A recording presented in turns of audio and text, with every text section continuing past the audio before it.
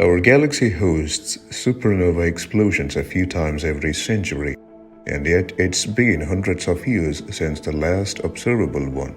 New research explains why. It's a combination of dust, distance, and dumb luck. There should be a few supernovae in the Milky Way every century, but we have only seen 5 in the last 1,000 years. Why? Today we will discuss with you on the topic why we have only seen a few supernova in the last 1,000 years. Welcome back to Signature's Life, and you're watching Signature's Science. The last supernova to be noted in any kind of reliable source occurred in 1604, as recorded by many astronomers around the globe, most notably Johannes Kepler. At that time, nobody had any idea why or how these new stars appeared in the sky. Nowadays, we know the answer. They are the result of either the death of a massive star or a runaway nuclear event on a white dwarf.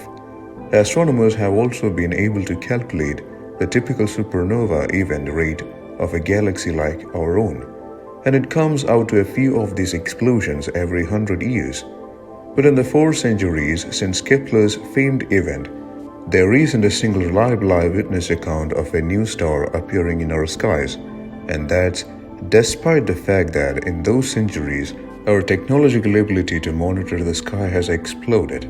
It's not that the Milky Way is somehow not producing supernova. For example, the Cassiopeia A nebula is a remnant of a supernova that went off about 325 years ago, and yet nobody saw it.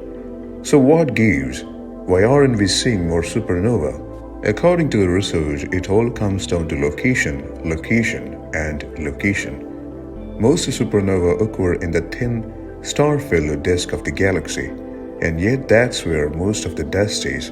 Dust that is exceedingly good at blocking light signals. Similarly, the core of our galaxy hosts many more supernova than average, and a lot more dust. In order to be observable to the naked eye, the supernova has to occur in just the right location in the galaxy, close enough and within clear enough view.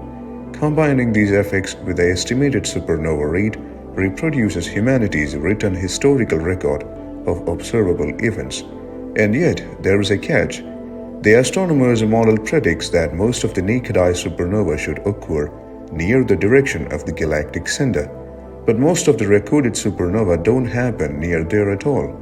It could be that the impact of spiral arms, which can trigger their own round of star formation and associated supernova, play a role, but that will require further investigation.